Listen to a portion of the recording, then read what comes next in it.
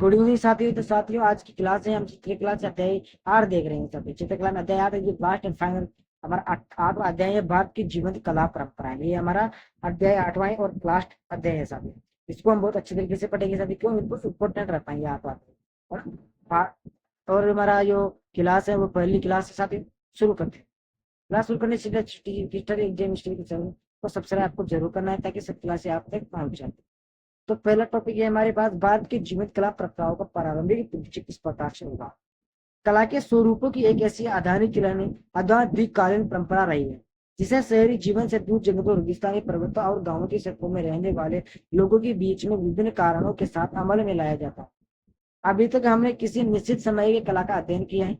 निश्चित कला जो विश्व बिल्कुल अच्छी कभी अच्छी है, बिल्कुल समय तक चल रही थी, उसका एक समय की कला का अध्ययन किया है, जिसका नाम किसी स्थान या फिर उन खानदानों के नाम पर रखा गया है, जिन्होंने कुछ 100 वर्षों तक भारतीय उपमहाद्वीप के विभिन्न भागों पर शासन किया। परंतु आम लोगों की इसमें क्या भूमिका रही है, ये इस अध्याय में हम चर्चा करेंगे। क्या ऐसी कोई कला नहीं है जिसका अस्तित्व उनके आसपास हो रहा है। राज दरबारों या आश्रम दाताओं के यहाँ रहने वाले कलाकार लोग कहाँ से आते हैं।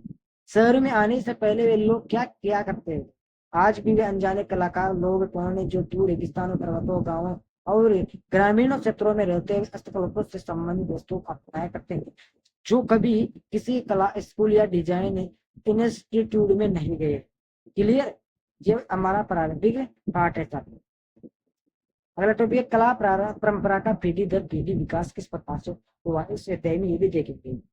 हमारा देश सदैव से उस स्थानीय ज्ञान का भंडार रहा है, जो पीढ़ी से दूसरी पीढ़ी के लिए हस्तांतरित होता रहता है। कहने का मतलब, जो हमारे पास जो ज्ञान है वो हमारी आने वाली पीढ़ी के पास चला जाएगा, और उस पीढ़ी से तीसरी पीढ़ी में चला जाएगा। इस प्रकार हर पीढ़ी के कलाकारों ने उपलब्ध पदार्थ और तकनीकी में सर्वोत्तम कलाकारों का निर्माण किया। बहुत से विद्वानों ने कला के इन स्वरूप को लघुत्र कला, उपयोगित कला, लोक कला, जनजातीय कला, सामान्य जन कला, संस्कारी कला, कला आदि नाम दिए। हम जानते हैं कि कला के ये स्वरूप आदानी काल से उपस्थित क्यों नहीं है सर। ओके। इसका पहला एक ऐतिहासिक गुफा चित्र। तो देखो, प्रागैतिहासिक गुफा चित्रों में मिट्टी के बर्तनों की कलाकृतियों में, पक्की मिट्टी की बनी वस्तुओं में, कांसे के बर्तनों और हाथी दांत की वस्तुओं में इन कलाओं के उदाहरणों को देखा जा सकता है। क्लियर।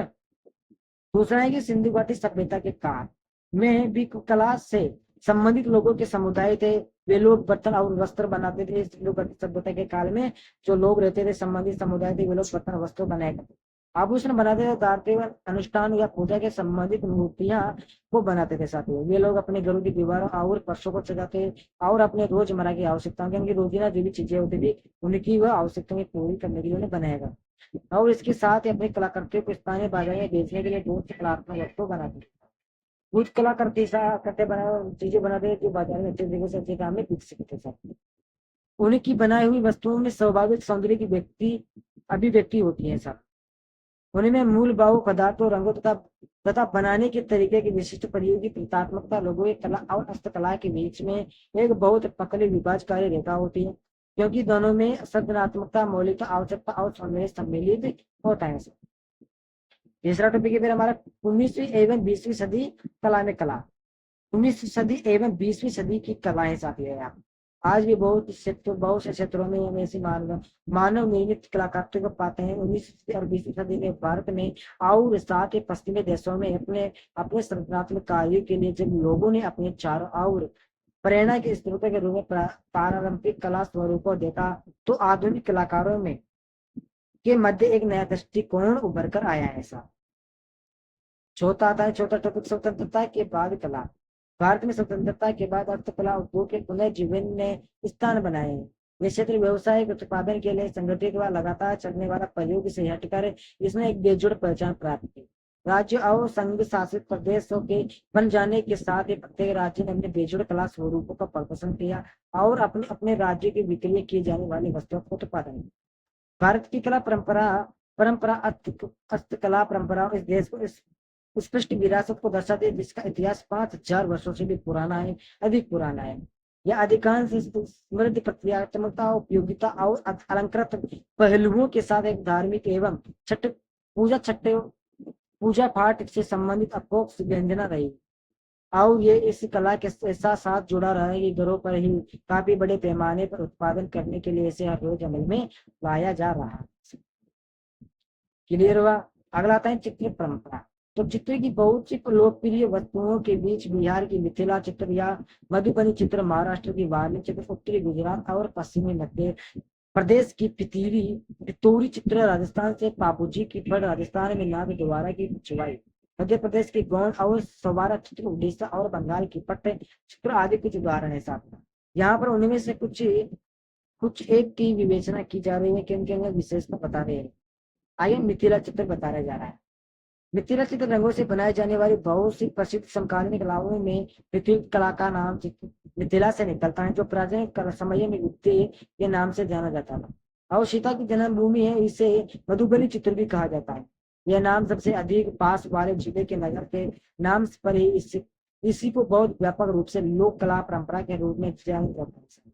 ऐसा माना जाता है कि सैकड़ों वर्षों तक इस क्षेत्र के रहने वाले जहाँ किसी समारोह के अवसर के लिए और विशेष रूप से शादी समारोह के लिए मिट्टी के बने हुए मकानों की दीवार पर रंगों से भरी हुई या पत्ते बनाती रही। ऐसा इस क्षेत्र के लोग इस कला के मूल के रूप में यह मानते हैं कि यह कला तब से जब से राजकुमारी सीता का विवाह भगवान राम से हुआ है। अब आता है मिथिल चित्रों की प्रमुख विशेषता है अथवा चित्रों की परंपरा। घर के 3 क्षेत्रों में चटकीले रंगों से द्वारा बड़े बड़े चित्र बनाए जाते हैं। इन चित्रों का केंद्रीय भाग या बाहरी आहते पर फिर घर के पूर्वी हिस्से पर बनाया जाता है।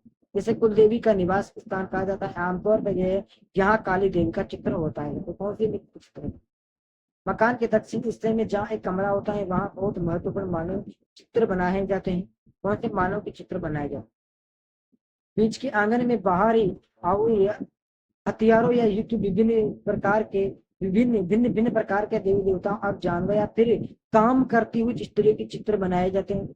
जैसे कि पानी लाती हुई स्त्री की चित्र या फिर अनाज निकलती हुई स्त्री की चित्र सुस्पष्ट रूप से आंगन की दीवारों पर बनाए जाते हैं। बरामदे में अंदर की ओर जहाँ पारिवारिक मंदिर है उसे देवस्थान या गोसाई घर कहते हैं। वहां घर देवता और कोई देवताओं के चित्र बनाए जाते हैं। हाल फिलहाल के बीते हुए समय में बहुत से चित्र कपड़े, आगाज बर्तनों आदि पर व्यवसाय उद्देश्य के लिए बनाए गए हैं। सबसे अधिक असाधक देवता की जो दैविक विशेषता भी हमारे लिए सेहत के लिए हानिकारक हो सकती है, विशेषता में पढ़ेंगे। और साथियों इसी के साथ हमारा ये नोट्स खत्म होता है। तो फिर कोई बात नहीं, कल हमें और कुछ इंपोर्टेंट नोट्स भेजेंगे।